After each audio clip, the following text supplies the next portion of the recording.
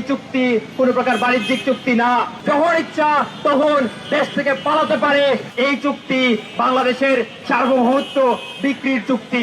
আজকে গণতান্ত্রিক ছাত্র জোটের যে পররাষ্ট্র মন্ত্রণালয় অভিমুখে বিক্ষোভ, সেই বিক্ষোভে যারা সমবেত হয়েছেন তাদের উদ্দেশ্যে বলতে চাই যে সরকার এই মার্কিন বাণিজ্য চুক্তি বাস্তবায়নের দিকে হাঁটছে।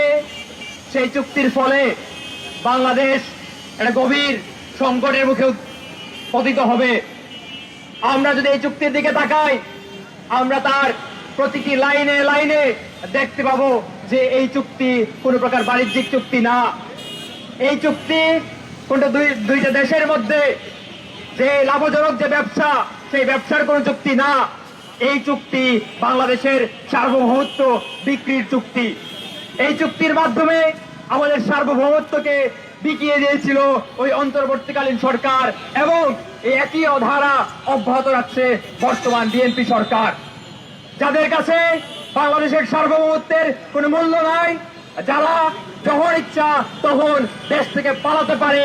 এই ধরনের ব্যক্তিরা যখন দেশ পরিচালনা করছে, তখন আসলে আমাদের দেশের সাধারণ যে নাগরিক তারা আসলে হুমকির মুখে পড়ে।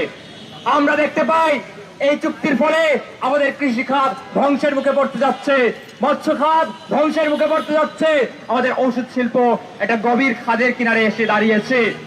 আমরা বলতে চাই এই চুক্তির বিনিময়ে যারা নিজেদের ক্ষমতাকে সুসংহত করার পথ বেছে নিয়েছেন, তারা ক্ষমতাকে সুসংহত করতে পারবে না।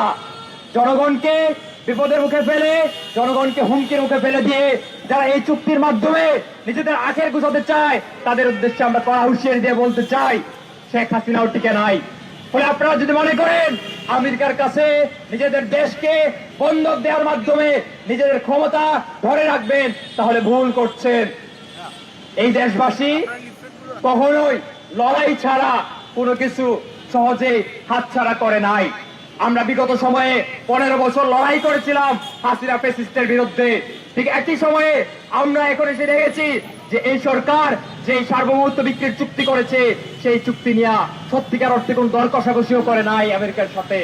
তারা নিজেরা বাধ্য হয়ে নিজেরা গিয়ে এই চুক্তি বাস্তবায়ন করছে, যেখানে যা বারবার বলা হচ্ছিল রেসিপ্রোকাল ট্যারিফ, সেই রেসিপ্রোকাল ট্যারিফ আমেরিকার আদালত নিজেই বাতিল করে দিয়েছিল।